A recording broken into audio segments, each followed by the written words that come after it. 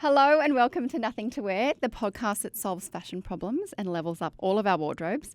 Today I'm chatting to Megan Hess, and if you don't know who that is, you will know visually her beautiful illustrations, feminine fashion illustrations of dresses and women in Paris, and she's been doing that for decades, and she has such a unique, beautiful signature style. So I wanted to talk to her about personal branding and how to stay steadfast in your own look when there's so many trends flying at us every single day. You have to do it. You live for fashion. Firstly, Megan, welcome to the show. As you know, I requested you specifically, and I'm very, very excited. So I want to start by what I think will be one of the most important questions.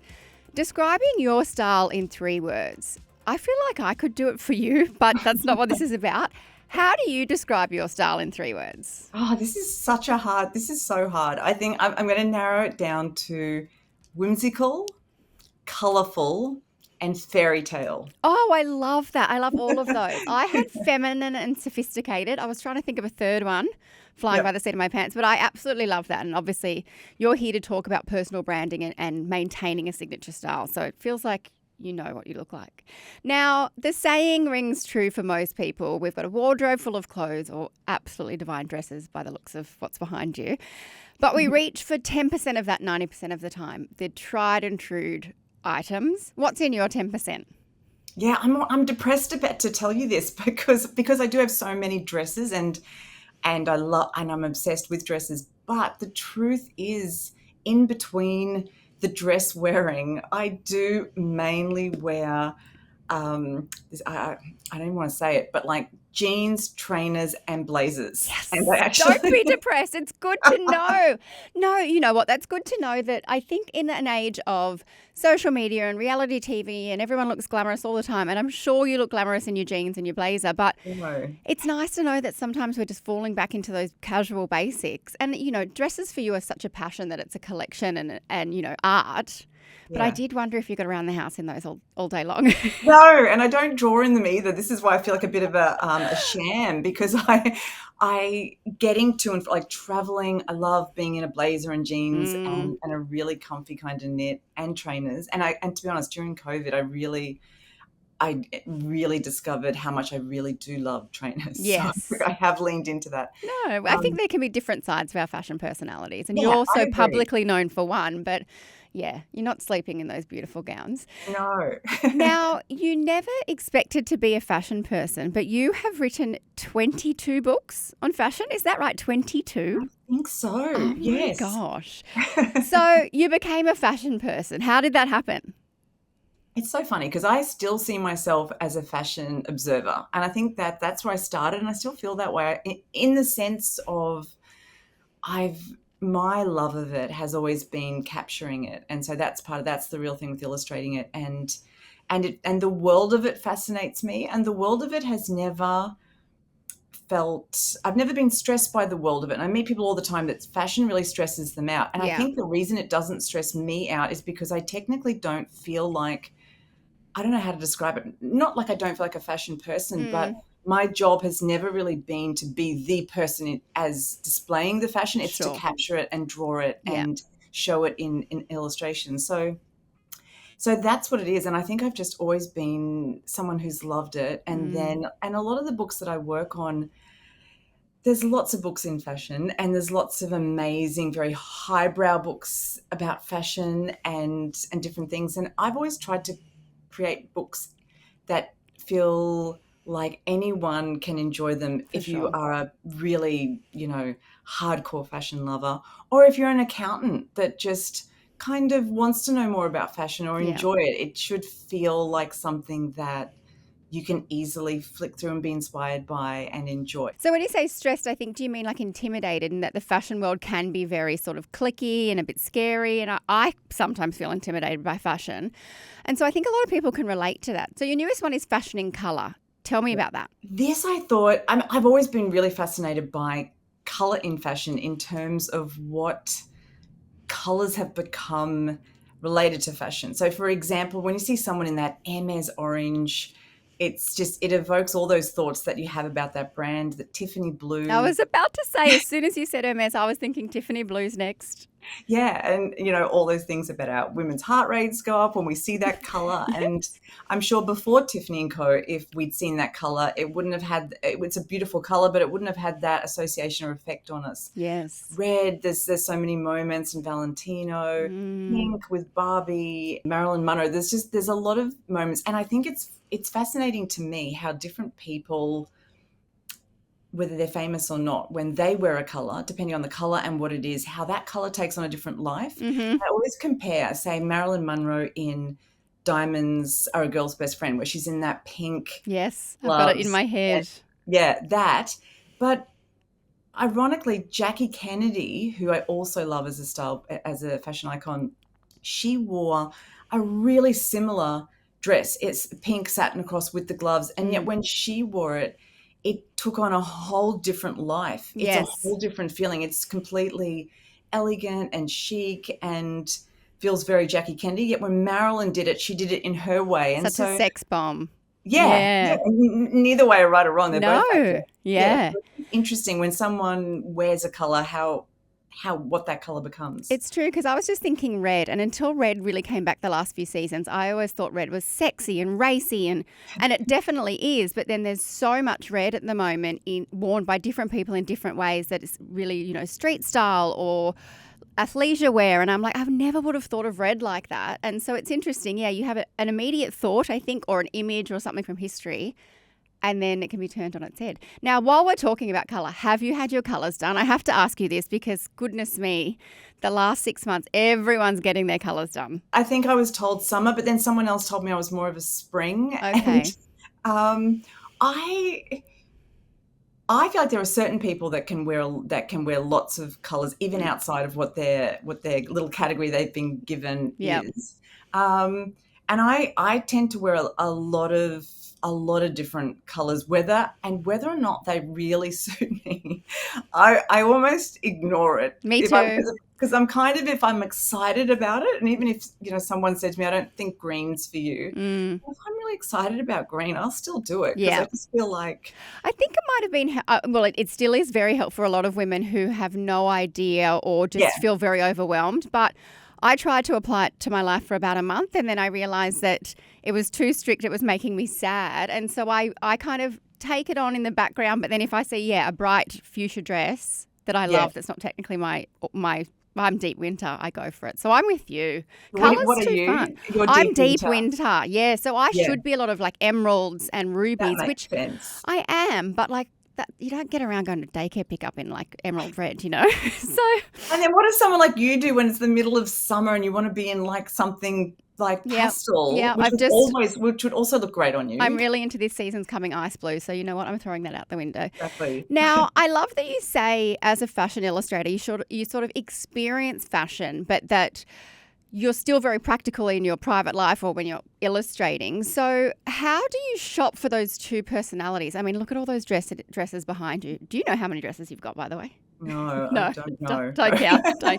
Look, it's a collection. I'm sure that one day if you had to sell it, someone would take it off your hands for millions of dollars. But which you goes to the shops or which you goes online? Is it the beautiful, elegant dresses? Is it the jeans? And how do you decide who you're taking shopping out of your kind of different aspects of your life?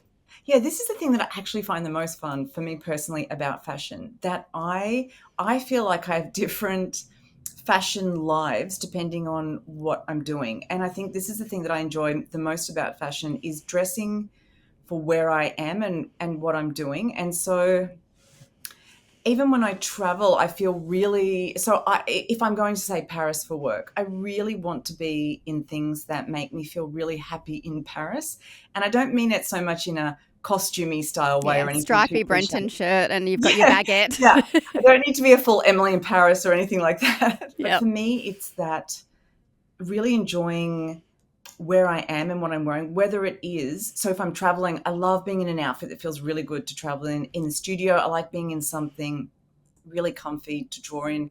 When I'm in different locations, I love being in those colors. Like and the opposite of that is so true. If I'm somewhere and it feels like this is not the right fun feel for this moment, it ruins everything. Like we flew as a family to Hawaii, and in the dead of Melbourne winter. Yes. Purposely. So to be lovely and warm in Hawaii. And we were all, because it was really cold in Melbourne, we were all, myself, my husband, and my kids, we were all in like black tracksuits. Our luggage went missing, all of it. Oh, no. And so we landed and we're in these like, and it's like, you know, hot and everyone's happy and in like, yes, but you know, it just feels wrong. Hawaii, they're all like, you know, we're all stressed out in these black tracksuits. And I remember saying to my daughter, it's fine. Like, I don't want to just buy something to get through the next 12 hours. Yeah. Obviously, we can just hang out today in Hawaii in our black tracksuits and we'll be fine. And we were so miserable. Yes. And everyone was passing us like, what's wrong with them? Maybe they packed for the wrong location. No, I totally get it. I love travel, or I just love being different fashion versions of who I am. Someday I'm a mum, I'm a business owner, I'm an employee, you know, I'm a daughter, and I love really kind of leaning into that from the fashion perspective. Yeah. But when I think of you, and I've known of you and met you at many beauty events over the decades, when I see your name, I think beautiful floral dresses, lace, high neck, sleeves, very much what's going on here visually. For a long time. So you have nailed personal branding. You know your personal style, you know, at least that public persona. Did that happen naturally? Was it is that what you're just drawn to? Was it a decision? I think at some point I figured out what I feel really, when I say comfortable, I don't necessarily mean physically comfortable. I'm not as comfortable in this dress as I would be in a tracksuit. Yes. I think I just figured out what clothes make me feel my best self. And it's a combination of, when I'm in something that I feel my best self, I don't think about then what I'm wearing. And I'm the opposite if I'm in something that I feel like either looks maybe too tight on me, or I'm in really constrictive underwear, or I'm in something that I think I may not look good in, or whatever it is. And that can really affect how I am with other people. I'll be then really awkward, or I might be shy, so when I'm wearing something, and I figured out early on that this type of outfit, for example, I don't even think about it. I've put it on, I feel like myself, and so I'm really enjoying talking to you. If for some reason, let's say a stylist had come and put me in a really tight, short red dress, I would be so awkward speaking to you right now, even if everyone told me I looked good. Yeah. And so I think that's why I've stayed with, and I've also, I think this is the other thing, I've never, because I've worked in fashion in a sense, I've always known that you never have to do all the trends. Yes, and that was going to be my next question. People get stressed out. They get stressed, oh my God, tartan's coming, I don't look good. And I was thinking, just let tartan fly by. Yes. Or if you love tartan, really lean in and go crazy. Yeah. So I think, and when it's out again, you don't have to put it away, you know, keep wearing it. I love that about you. I think that you're so steadfast in knowing what works for you. But when it comes to trends, do you still dabble? Do you still like looking at them? Do you like wearing them? Or are you pretty kind of set in your work look and then I guess your home look and travel look? But do you dabble in the trends? If it's something that genuinely sparks joy when I see it, then I will, absolutely. So it's almost like I feel no pressure to ever do it. And again, because I feel like I'm more observing and capturing, I've never felt like anyone expects me next week. I'm mainly in my studio, like no one cares. Yeah. So I don't feel any pressure to wear it. If I was someone that lots of people saw all the time in that way. More in the public eye, like weekly or. But when things do come along that I think, oh, I love, like let's say like even like denim jumpsuits, I actually really do love them, for example, even though there's a lot of getting to the bathroom issues, but I still think they're a really great baggy, almost boiler suit. When things like that come in, I will actually get really excited. That's a trend that's happening. And I'll think to myself, it will be really fun to search from high end to low end to what would be a great shape. And I will get one and I'll have so much fun wearing it. And I'll be really excited that that's come in.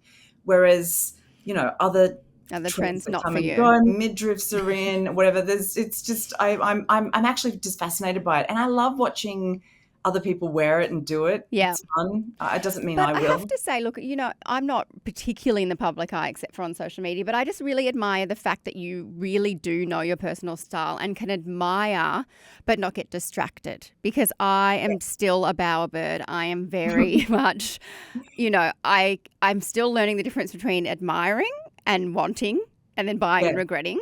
And so you talk about the boiler suit, for example, and you talk about, searching high to low. How do you shop? Are you an online shopper? Are you a researcher? Are you impulsive? I'm always if it's something that I really, really love, I usually know immediately. And even if there's nothing that I really need that thing for, I will buy that thing. It's emotional sometimes, isn't it? You fall in love.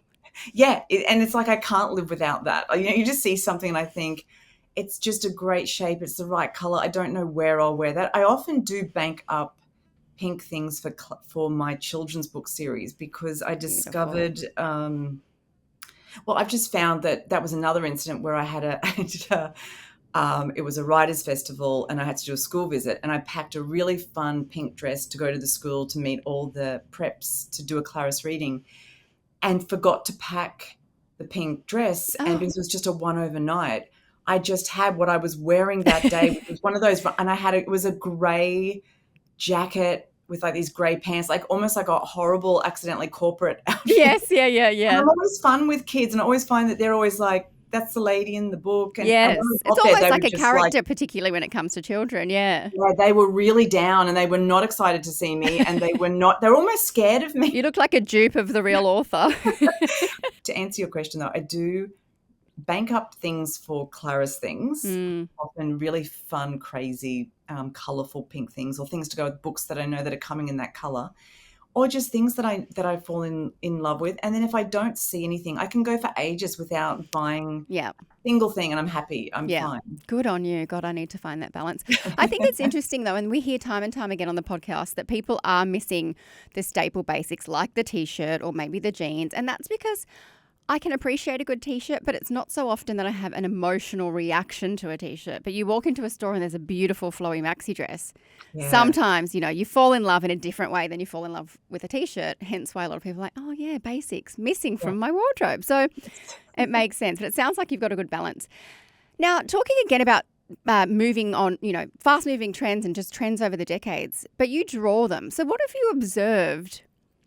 Like, how has it been observing fashion through the illustrating lens and the, rise of social media and trends moving faster than ever through drawing? It depends on if I'm illustrating things for things that are really in advance.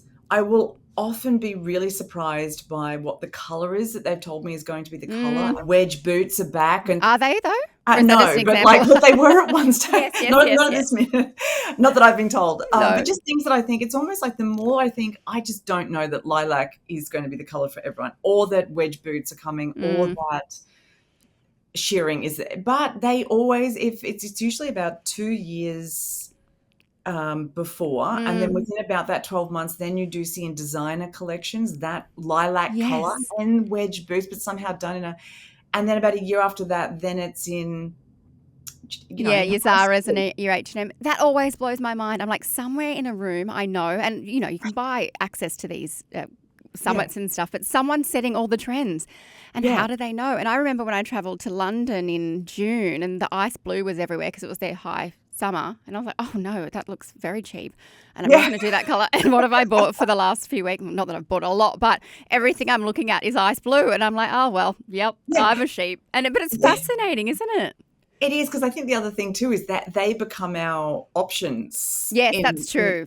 Because most people are not buying the original ice blue thing from Chanel or Dior, for example. We're buying it from, Zara or places that it ends up. And it they're doing that great new shape jacket in either ice blue, beige, black or cream. So that's why we do end up with that specific ice blue. It's so true. And it's like, you buy a red car and then you see that model all over the street. Yeah. It was probably there. It's just once it's on your radar, then you just see it everywhere. Yeah. Now, before we get into Bougie and Budget, one last question. Do you have any strategies or creative rituals to keep your style fresh for yourself and for your work? Because what I love about you is I think you come across as so, you've nailed who you are, what you do, but then you don't seem bored of who you are or what you do. How do you keep it exciting? Oh, wow. That's a nice It's a hard one, isn't it? Because I've been in the industry 20 years and I'm sometimes like, I'm a bit bored of, I love what I do, but, decades. I get bored of me too.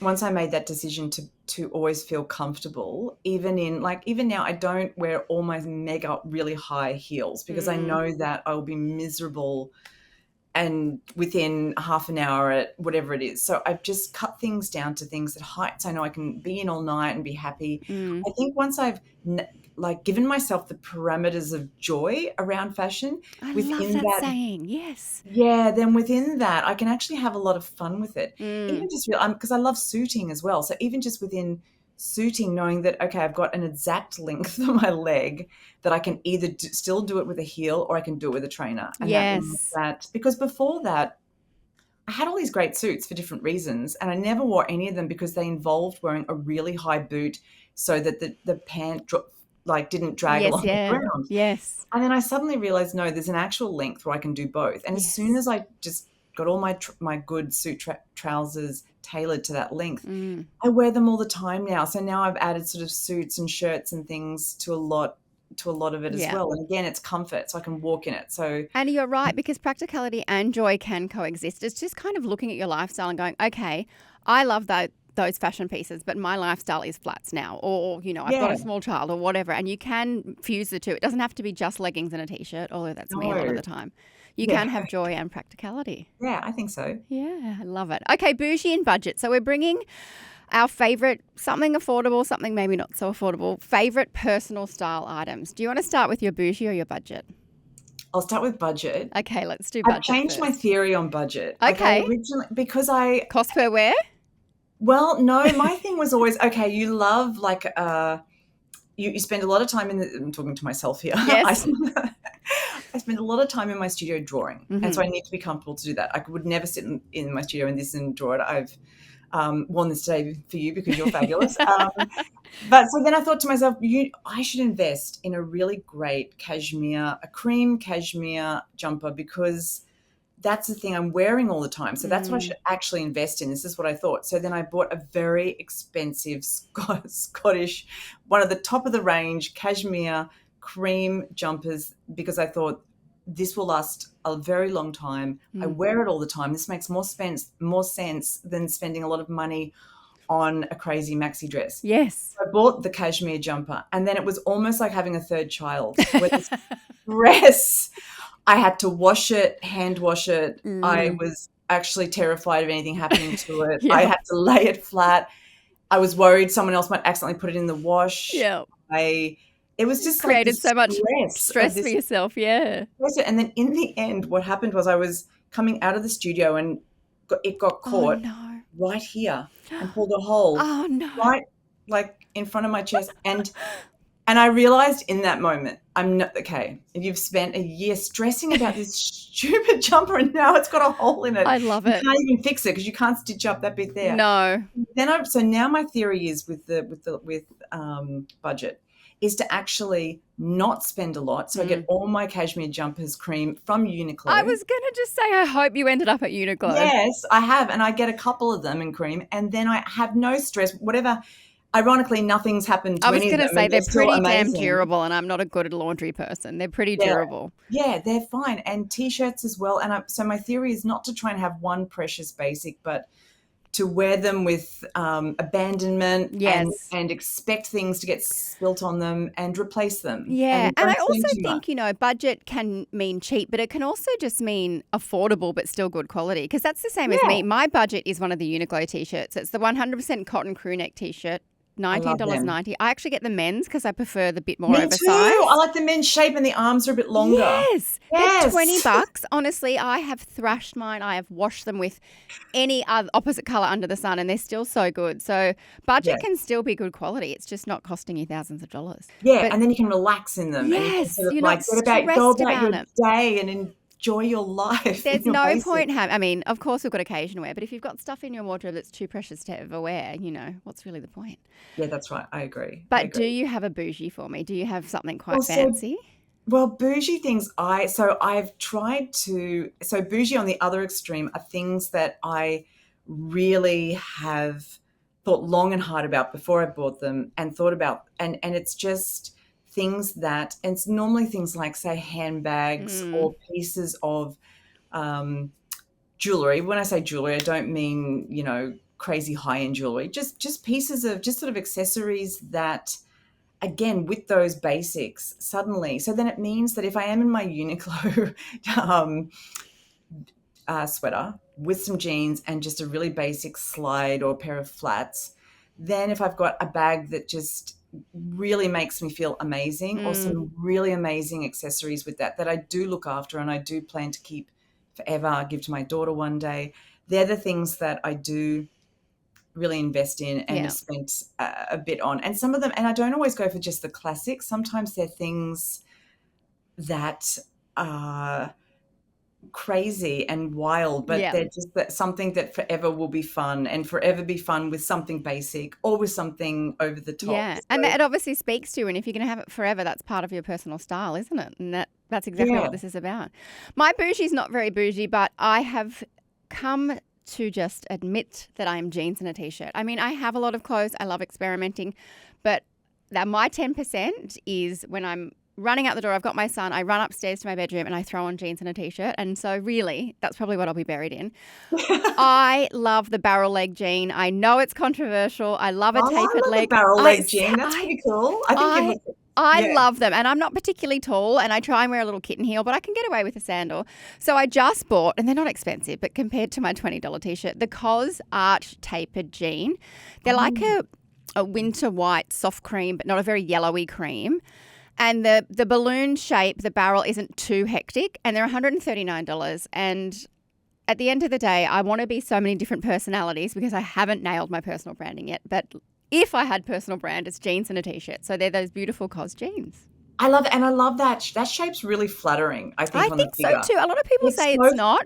It is. It depends on where the balloon happens. It can't happen up too high near the hips. It's got to be lower down. It gives like a good waist, and then I love that it comes into the ankle and looks so good with like a heel. Agreed. I'm a huge advocate for it. Mia, my boss, hates them, and we argue vehemently about it, but I will stand up for a balloon or a barrel jean any day of the week. Me too. Megan, you are such a joy. I'm desperate to come and play in your wardrobe, but until then... In time, please do. Thank you so much for joining us, and all the best for your 22nd book. That's amazing. Thank you, Lee. Thanks for having me.